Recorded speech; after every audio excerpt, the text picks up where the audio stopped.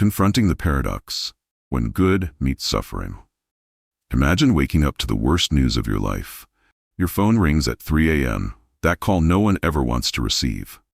Perhaps it's about a loved one in an accident, a devastating diagnosis, or a relationship suddenly shattered. In those moments, nothing feels good. The world grows dark, hope seems distant, and pain becomes your constant companion. Now imagine someone looking at your suffering and calling it Good Friday. It would feel like a cruel joke, wouldn't it? An insensitive dismissal of your pain. How could anyone possibly label such darkness as good? This is precisely the confusion many people feel when they first encounter the phrase Good Friday in Christian tradition. How can a day marked by betrayal, torture, and execution possibly be called good? It's a day when an innocent man was flogged until his back was raw, forced to carry his own instrument of death through jeering crowds, and then nailed to wooden beams where he slowly suffocated to death. His followers scattered in fear. His mother watched in agony. By all visible measures, it was anything but good. The Roman soldiers mocked him. Religious leaders smugly believed they'd silenced a troublemaker. The disciples hid, their hopes crushed. Even the sky turned black in the middle of the afternoon, as if creation itself couldn't bear to watch. Nothing about this scene suggests anything worthy of the word good. And yet for 2,000 years, Christians around the world have called this dark day Good Friday. The contrast is so stark that it demands an explanation. When faced with this paradox, most people react in one of three ways. Some dismiss it as religious nonsense, an attempt to put a positive spin on a tragic story. Others accept it without question as just another religious term they've heard but never examined. And some are genuinely curious, sensing there might be a profound truth hidden within this apparent contradiction. This paradox isn't just about semantics or religious terminology. It points to something deeper about how we understand suffering itself. Why do bad things happen? Can anything good ever come from our darkest moments? Is there meaning in pain, or is it just random cruelty in an indifferent universe? The story of Good Friday offers a perspective on these questions that has shaped Western civilization for centuries. It suggests that perhaps our initial reaction to suffering, that it's purely negative and should be avoided at all costs, might be missing something essential about the human experience. To understand why this day of darkness bears the name good, we need to look beyond the surface of things. We need to examine not just what happened on that Friday, but what it meant and continues to mean for billions of people around the world. We need to explore how the most horrific form of execution in the ancient world became the most recognized symbol of hope in human history. The paradox of Good Friday isn't just a curiosity of religious vocabulary. It's an invitation to reconsider how we view our own moments of suffering, disappointment, and loss.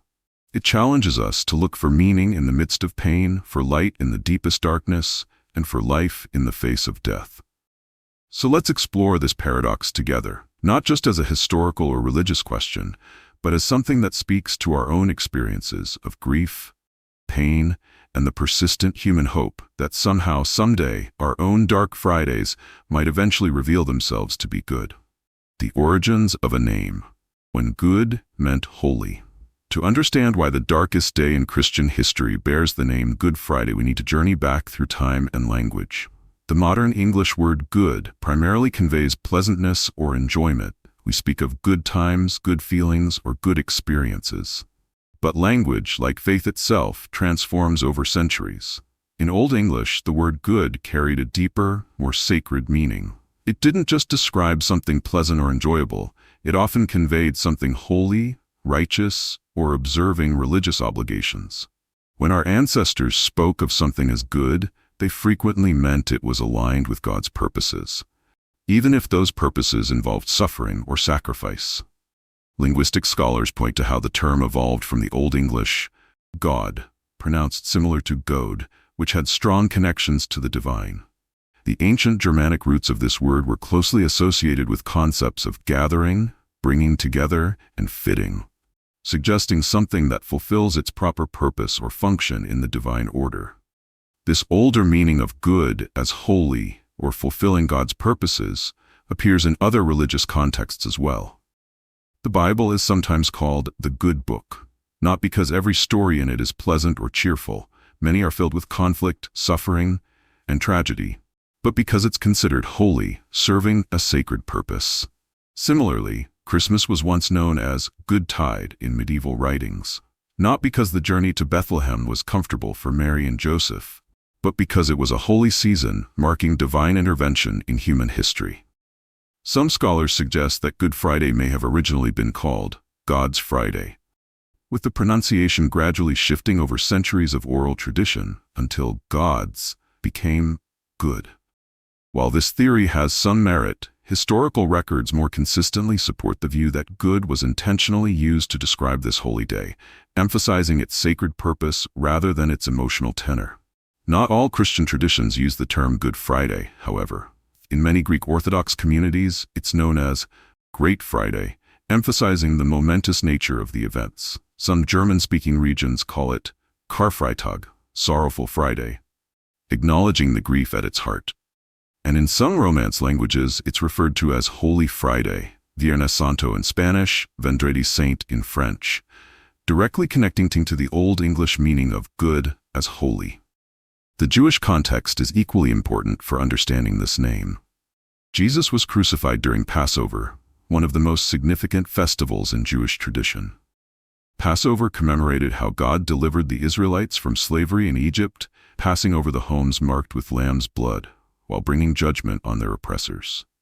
Christians see deep symbolic significance in Jesus dying during this festival, the ultimate Passover lamb whose blood saves not just a single nation, but offers redemption to all humanity. Roman culture provides another critical layer of context. Crucifixion was not merely a method of execution. It was deliberately designed as the most shameful, painful, and public death possible. Romans reserved it primarily for slaves, pirates, and enemies of the state. It was meant to be not just lethal but degrading, a warning to anyone who might challenge Roman authority. By calling the day of crucifixion good, early Christians were making a radical claim about how God works, that He can take what human powers intended for shame and transform it into glory. The paradox of naming this day good reflects a fundamental pattern in Christian theology: God's tendency to invert human expectations. Throughout biblical narratives, God repeatedly works through the weak rather than the strong, chooses the youngest rather than the eldest, and brings life from death. The name Good Friday embodies this pattern, declaring that what appears to be defeat is actually victory. What seems to be an ending is truly a beginning. This perspective challenges our natural human tendency to judge events solely by their immediate appearance or emotional impact. It suggests that pain can have purpose, that suffering can be redemptive, and that the darkest moments might be precisely where the most profound transformations begin. The name itself invites us to look beyond surface appearances to the deeper purposes at work, even when those purposes remain hidden from immediate view. So when Christians call it Good Friday, they aren't engaging in cruel irony or denying the reality of suffering. They're making a profound statement about how they understand God's work in the world, that even the most painful moments can be infused with holy purpose, that apparent defeat can conceal ultimate victory, and that death itself is not the final word. The day the sky turned black, witnessing Calvary, Jerusalem was overflowing that week. The narrow streets teemed with pilgrims who had journeyed from across the Roman Empire to celebrate Passover. The air hung heavy with tension, Roman soldiers watching warily from fortress walls, religious authorities on edge about potential unrest, and whispered conversations about the teacher from Galilee who had entered the city to cheers days earlier.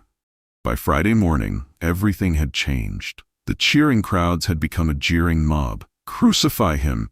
they shouted in the early hours, as Jesus stood bloody and beaten before Pontius Pilate. The Roman governor, a pragmatic political survivor, saw no crime worthy of death, but recognized the dangerous mood of the crowd. He publicly washed his hands, a futile attempt to absolve himself of what was about to happen. They didn't just execute Jesus, they humiliated him first. Roman soldiers fashioned a mock crown from thorns and drove it into his scalp. They draped him in a purple robe, a cruel parody of royal garments, then struck him repeatedly, spitting in his face. "Hail, King of the Jews!" they mocked, bowing in fake reverence before a man they saw as just another troublemaker from a troublesome province. Through streets where he had taught and healed just days before, Jesus was forced to carry the horizontal beam of his own cross, a weight of roughly 100 pounds. Already weakened from a night of beatings and blood loss, he stumbled repeatedly. The Romans, impatient to complete their gruesome task before the Jewish Sabbath began at sundown, compelled a North African bystander named Simon to carry it the rest of the way. At Golgotha, the place of the skull, Jesus was stripped naked, another deliberate humiliation in a modest culture. 4-inch iron nails were driven through his wrists and feet, attaching him to the wooden beams. The cross was lifted, dropping into a prepared hole with a jolt that would have sent excruciating pain through his body. Marcus Quintus, a Roman centurion who had overseen dozens of crucifixions, watched with practiced detachment. To him this was routine, unpleasant perhaps, but necessary to maintain order. He'd seen criminals scream, curse, and beg. But this one was different. No curses flowed from his lips. Instead, shockingly, a prayer for his executioners. "Father, forgive them. They don't know what they're doing." Nearby stood a cluster of women, refusing to flee despite the danger. Mary, the condemned man's mother, watched through tears as her firstborn son struggled for each breath. Mary Magdalene, whom he had freed from torment, Joanna, who had supported his ministry, and others whose lives he had transformed. They remained when even his closest male disciples had scattered in fear. The criminal died slowly by design in a crucifixion. As the victim's strength failed, they could no longer push up with their legs to expand their chest. Each breath became more laborious than the last. Asphyxiation approached gradually, turning lips and extremities blue as oxygen dwindled. It could take days, which is why Romans often broke victims' legs to hasten death when necessary. Around noon, an unnerving darkness fell across the land. This was no normal cloud cover or dust storm. Witnesses described it as a darkness so complete that lamps were lit in midday. The sudden blackness sent ripples of anxiety through the crowd. Some quietly slipped away, troubled by this seemingly supernatural response to the day's events. 7 short statements came from Jesus during those hours on the cross, each one revealing something profound despite their brevity. He arranged care for his mother. He promised paradise to a dying criminal beside him who simply asked to be remembered. And as the darkness reached its peak, he cried out words that have haunted theologians for centuries.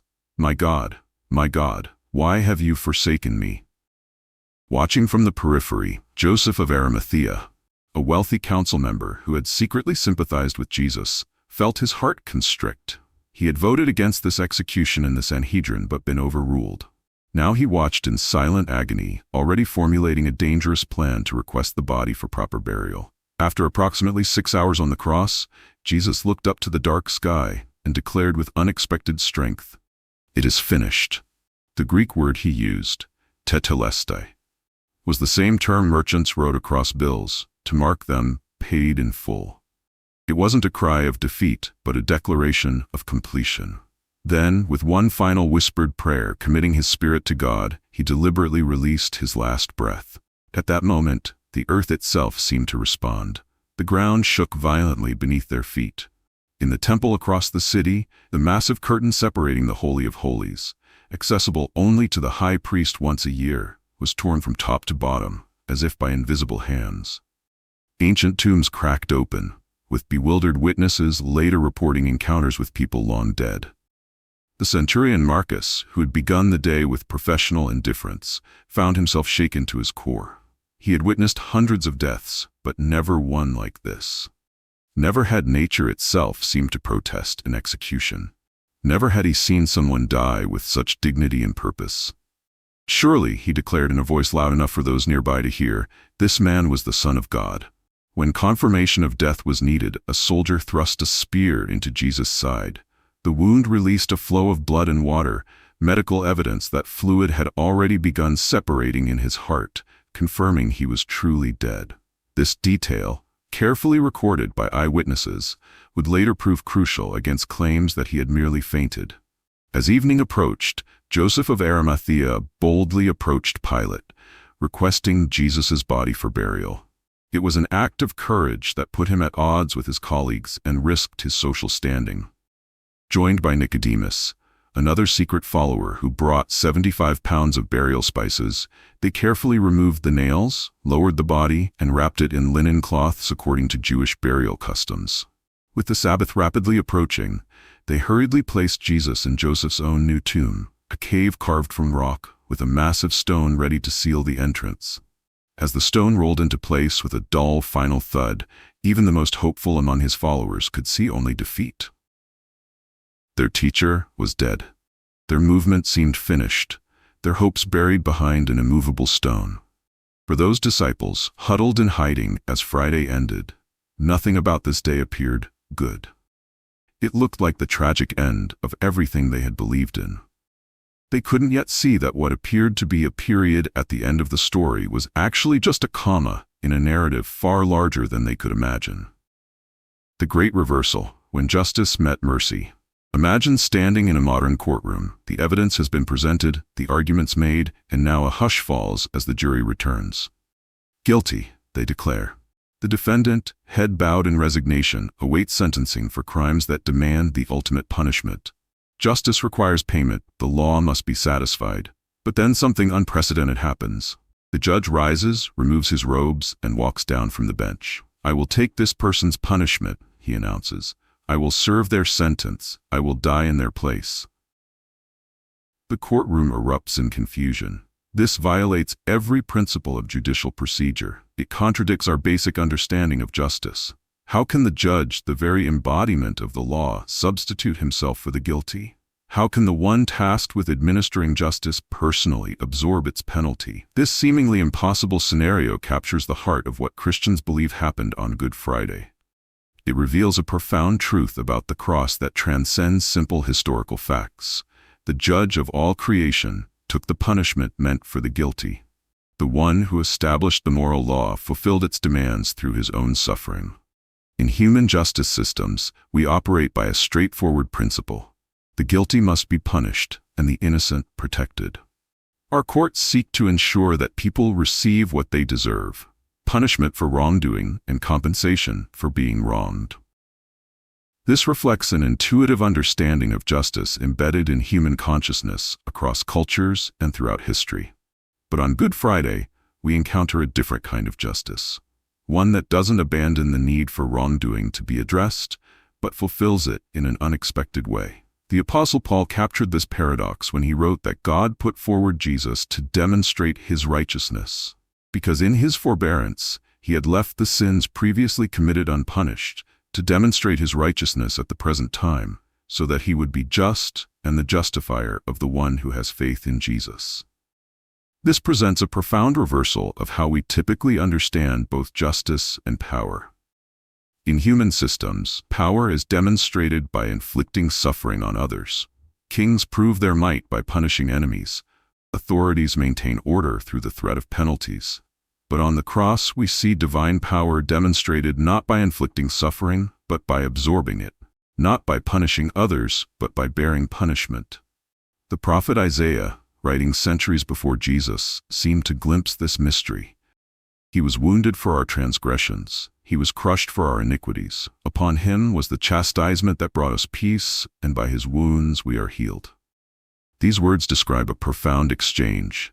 His wounds for our healing, his punishment for our peace, his death for our life. This exchange represents what theologians call substitutionary atonement. The belief that Jesus voluntarily took the place of guilty humanity, bearing the consequences of sin so that we might be reconciled to God. It's as if our spiritual, criminal record was wiped clean, not because the crimes were ignored, but because someone else paid our fine in full. Yet to see the cross only as a transaction, a simple exchange of punishment, would miss its deeper dimensions. It wasn't merely a legal maneuver to satisfy divine requirements. It was the ultimate expression of love. Greater love has no one than this, Jesus had told his disciples shortly before his arrest, than to lay down one's life for one's friends. Consider the striking contrast between human and divine justice revealed at Calvary. Human justice says the guilty must suffer. Divine justice allowed the innocent to suffer so the guilty could be restored. Human justice seeks to ensure people get what they deserve. Divine justice offered humanity what it could never deserve: unmerited grace and forgiveness. Human justice is often retributive, focused on punishment. Divine justice is ultimately restorative, focused on reconciliation. This isn't to suggest that God is indifferent to justice. Quite the opposite. The cross demonstrates how seriously God takes justice. Sin and evil cannot simply be overlooked or dismissed with a divine shrug. The cross shows that wrongdoing has real consequences that must be addressed. But it reveals a God who is willing to bear those consequences himself, rather than simply imposing them on others. Philosopher Miroslav Volf, who grew up amid the ethnic conflicts of the Balkans, captures this paradox powerfully. The cross is not forgiveness pure and simple, but God setting aside his just anger by bearing its brunt himself. Far from abandoning justice, God fulfills its demands through self-sacrifice. Another striking reversal appears in how Good Friday redefines strength and weakness. By all worldly measures, Jesus appeared utterly powerless that Friday, beaten, mocked, nailed to wood, and left to die an excruciating public death. The religious leaders who plotted his execution seemed triumphant. Rome's imperial might seemed unquestionable. The crowds who shouted, "Crucify him," appeared to have the final word. Yet Christians believe this apparent defeat concealed the greatest victory in cosmic history. What looked like weakness was actually strength expressed through voluntary self-limitation. What seemed like helplessness was actually love, choosing the path of sacrifice. The cross reveals that true power lies not in domination but in self-giving love. The apparent failure of Good Friday also challenges our culture's obsession with immediate success and visible achievement. In our world of instant gratification, quarterly profits, and rapid results, the cross represents a profound counter-narrative, one where apparent defeat becomes the seedbed of ultimate triumph, where suffering becomes the pathway to glory, where death becomes the doorway to life. Consider how this must have appeared to those witnessing these events. The disciples who had left everything to follow Jesus now watched their hopes die on a Roman cross. The women who had supported his ministry now prepared spices for his burial. Enemies gloated. Followers despaired. By every visible metric, the Jesus movement had failed spectacularly. Yet this apparent failure would ultimately transform the world. The cross, Rome's instrument of terror and shame, would become the most recognized symbol of hope in human history. The empire that executed Jesus would eventually adopt his teachings. The movement that seemed crushed on Friday would become the largest spiritual force on earth, spanning continents and centuries. This reveals another profound reversal: the transformation of symbols. The cross was the ancient equivalent of an electric chair or gallows, a feared instrument of execution designed to maximize pain and public humiliation. That such a symbol of horror could become a symbol of hope represents one of history's most remarkable inversions of meaning. Imagine future generations wearing miniature electric chairs as jewelry or placing decorative gallows atop their most sacred buildings. The very notion seems absurd and offensive. Yet this is precisely the transformation that occurred with the cross, from an object of terror to a symbol of transcendent hope and divine love. This transformation points to perhaps the most profound reversal of Good Friday, the conversion of death itself from an ending into a beginning. Death represents humanity's ultimate fear and final enemy. It marks the apparent end of all hopes, dreams, relationships, and possibilities. Yet on Good Friday, death became the gateway to humanity's greatest hope. Jesus himself had hinted at this paradox days earlier when he told his followers, "Unless a grain of wheat falls into the earth and dies, it remains alone. But if it dies, it bears much fruit." Like a seed that must be buried before new life can emerge, his death contained within it the promise of resurrection. What appeared to be an ending was actually a necessary step toward a new beginning. The mystery of Good Friday is that God took the worst thing possible, the unjust execution of the perfectly innocent, and transformed it into the best thing possible, the pathway to redemption for all humanity. What human evil intended for destruction, divine love repurposed for salvation. What seemed to be history's darkest moment became the pivotal point upon which all human hope now turns. This is why Christians call this Friday good, not because suffering is itself good, but because through this particular suffering God was working the ultimate good. Not because death is desirable, but because this death would ultimately defeat death itself. Not because injustice is acceptable, but because through this supreme injustice, God would establish true justice and mercy for all. Finding light in darkness. Good Friday in modern life. The theological significance of Good Friday might seem distant from our everyday experiences, an ancient story far removed from our modern struggles. Yet its central message, that apparent defeat can conceal victory, that suffering can have purpose, that darkness can precede the greatest light, speaks directly to our deepest human experiences.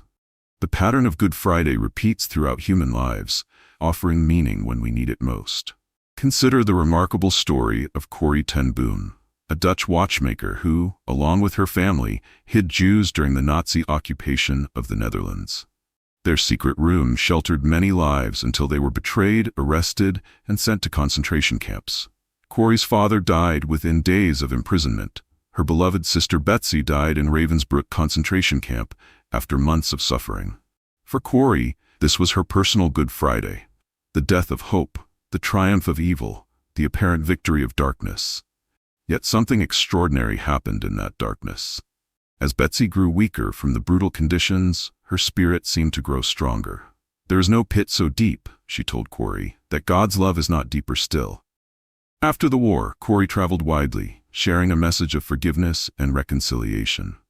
In 1947, after speaking at a church in Munich about forgiveness, she came face to face with a former Ravensbrück guard, one of the very men who had overseen her sister's suffering.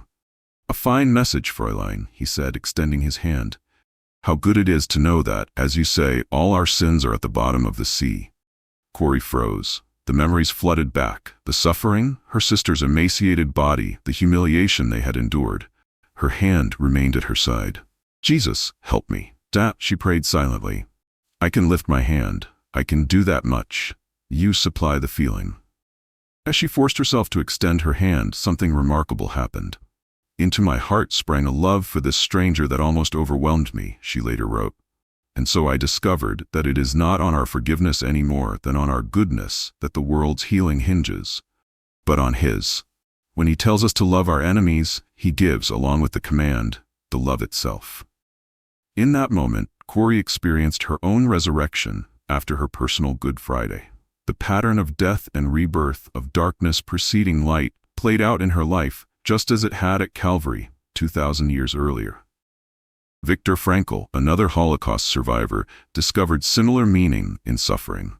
As a psychiatrist imprisoned in Auschwitz and other camps, he observed that prisoners who found purpose in their suffering, who believed their pain had meaning, were more likely to survive than those who saw their suffering as senseless. In his landmark book, Man's Search for Meaning, Frankl wrote, "When we are no longer able to change a situation, we are challenged to change ourselves." He discovered that even in the most dehumanizing conditions, people retained the freedom to choose their attitude toward suffering. Those who found meaning in their pain maintained their humanity, even as everything else was stripped away. This doesn't mean suffering is good in itself. Rather, it suggests that meaning can be found even in our darkest moments. As Frankl observed, in some ways suffering ceases to be suffering at the moment it finds a meaning, such as the meaning of a sacrifice. These examples from history's darkest chapter illustrate Good Friday's central insight. Apparent defeat can contain the seeds of victory. Suffering, while never desirable, can become meaningful when connected to purpose and love. We see this pattern in countless modern scenarios. Consider organ donation after tragic accidents. A family receives devastating news: a car crash has left their loved one brain dead.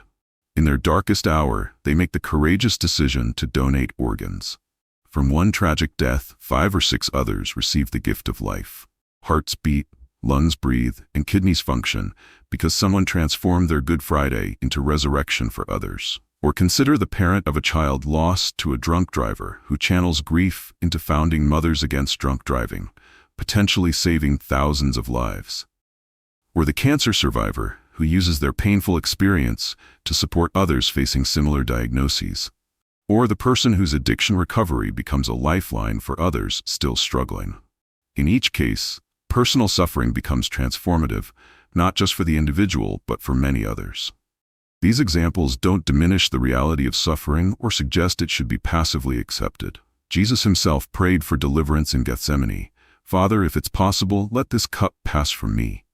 His example validates our natural desire to avoid pain. Yet his next words, "Nevertheless, not my will, but yours be done," demonstrate the possibility of finding purpose even in unavoidable suffering. We all face our own Good Fridays, moments when hopes die, dreams collapse, and darkness seems to win. The promotion goes to someone else. The relationship ends painfully. The diagnosis comes back positive. The child rebels. The investment fails. The addiction regains control. In these moments, everything in us wants to cry out, "My God, why have you forsaken me?" What the original Good Friday teaches us is that such moments, while genuinely painful, may not represent the end of the story. The darkness, no matter how complete it seems, does not have the final word. What appears to be defeat may be setting the stage for unexpected victory. What feels like abandonment may be the prelude to the most profound experience of grace. This doesn't mean we should deny pain's reality or rush to find silver linings in every tragedy. Good Friday itself validates the full expression of grief. Jesus didn't pretend crucifixion was pleasant. He cried out in agony, expressed his sense of abandonment, and acknowledged his thirst. The example of Good Friday is not stoic denial of suffering, but honest engagement with it, coupled with the hope that something redemptive might ultimately emerge. This perspective offers a middle way between two unhelpful extremes in our culture's approach to suffering. On one hand, we're often told to avoid discomfort at all costs, to numb pain immediately, to escape anything unpleasant. On the other hand, some spiritual perspectives glorify suffering itself, as if pain were inherently noble. Good Friday suggests a different path, acknowledging suffering's reality while believing it can be transformed through love, meaning, and hope. Perhaps you're in the midst of your own Good Friday right now. Perhaps you're staring at your own empty tomb, wondering how anything good could possibly emerge from your present pain. The message of the original Good Friday speaks directly to you. This is not the end of your story. What feels like failure may be the soil in which future victory takes root. What seems like rejection may be making space for greater intimacy. What appears to be death may be the necessary prelude to new life. The pattern of Good Friday doesn't promise that suffering will always make sense in the moment. For the disciples hiding in fear that Friday night, nothing about the day's events seemed good. They couldn't see how this apparent catastrophe would ultimately transform the world. They couldn't imagine that the cross, symbol of shame and defeat, would become history's most recognized emblem of hope. They couldn't foresee that the empire that executed their teacher would eventually bow before his teachings. Similarly, we rarely grasp the meaning of our own Good Fridays while we're living through them. It's usually only in retrospect, sometimes years later, that we begin to trace the outlines of purpose in our pain. Only looking back do we recognize how closed doors led to better opportunities, how rejection pointed us toward truer acceptance, how failure taught us lessons success never could. This is the profound hope embedded in Good Friday. Not that suffering is eliminated, but that it's transformed. Not that darkness disappears, but that light eventually penetrates it. Not that death is avoided, but that it becomes the gateway to resurrection. In our personal Good Fridays, we find both solidarity with Christ's suffering and hope in his victory over it. From darkness to dawn, why Friday had to come before Sunday. As we reach the conclusion of our exploration, we return to the original paradox. How can the day of Christ's crucifixion possibly be called good? Through examining its linguistic origins, historical context, theological meaning, and modern applications, the answer emerges with striking clarity. This Friday is good, not because suffering itself is good, but because of what God accomplished through it. It's good not despite the darkness, but because of what the darkness made possible.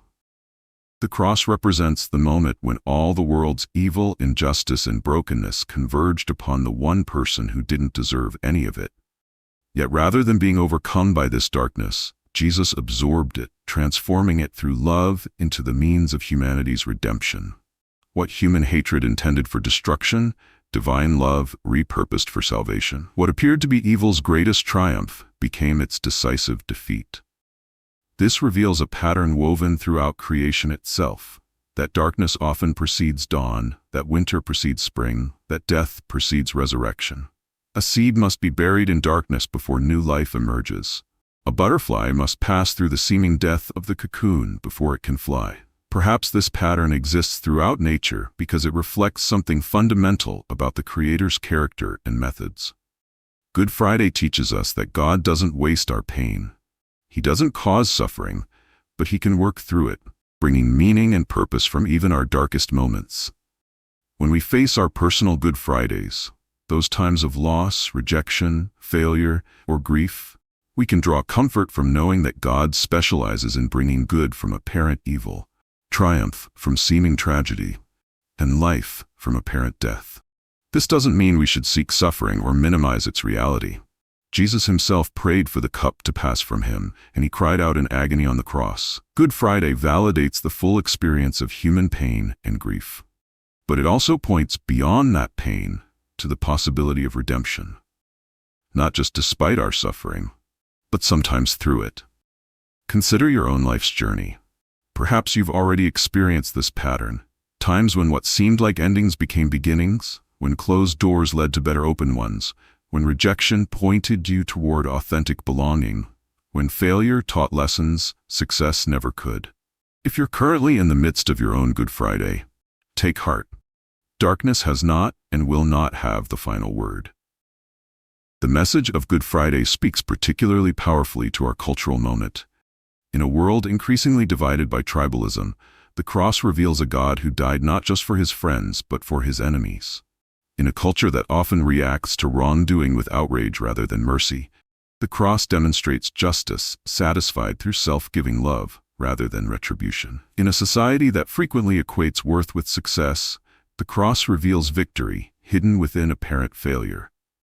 As the darkness of that first Good Friday eventually gave way to Easter morning, our personal and collective darkness will not endure forever. Sunday is coming. The stone will roll away. Death will give way to life. This is the promise embedded in the seemingly contradictory name Good Friday. That God can take what appears to be the worst day and transform it into the essential prelude to humanity's best day. So yes, Good Friday was filled with pain, but it was also filled with purpose. Yes, there was darkness, but it was sacred darkness. And yes, it looked like the end, but in God's hands, it became the foundation of a new beginning. That's why Good Friday is good, not because it was easy, but because it was worth everything. It stands as an eternal reminder that God does not let darkness have the final word. He still rolls stones away. He still brings dead things back to life. He still speaks life into our silence. Good Friday shows us that the worst day imaginable can be the day God begins His greatest work. As we move through the middle passages of life, many of us carry our own Good Fridays. Those seasons of loss, disappointment, or unexpected detours that leave us questioning everything we thought we knew. The promotion that went to someone else after decades of service. The retirement savings diminished by economic forces beyond our control. The relationships that fractured despite our best efforts. The health diagnosis that arrived without warning. These midlife crucibles can feel like endings. Moments where hope seems buried behind immovable stones. Yet the profound wisdom of Good Friday reminds us that what appears to be the end may simply be the necessary darkness before an unexpected dawn. You've likely already witnessed this pattern in your own journey. How closed doors eventually revealed better paths. How painful endings created space for meaningful beginnings. How apparent failures prepared you for deeper successes. The accumulated wisdom of your decades equips you to recognize this truth. Darkness has never had the final word in your story. The sacred paradox of calling the darkest day good speaks directly to our mature understanding that life's most meaningful chapters are often written through its most challenging passages. Your suffering is not meaningless. Your disappointments are not final. Your story is not over. Whatever stone seems immovable in your life today, whether grief, uncertainty, loneliness, or fear, remember that stones can be rolled away. Whatever feels like a Good Friday in your life right now, Sunday's dawn remains undefeated. This is not empty optimism, but the tested truth of countless lives across centuries. Apparent endings often conceal magnificent beginnings. If today's message about Good Friday resonated with you, I'd love to hear your thoughts in the comments below. What personal Good Fridays have you experienced that eventually led to unexpected blessings? Your story might be exactly what someone else needs to hear today. Don't forget to subscribe to our channel for more content that explores the deeper meaning behind faith traditions and how they connect to our everyday lives. New videos are released every Wednesday and Sunday. If you found value in this message, please consider sharing it with someone who might be going through their own Good Friday experience right now. Sometimes the right message at the right time can make all the difference. And if you appreciated today's video, hitting that like button helps others discover this content too. Thank you for being part of this thoughtful community.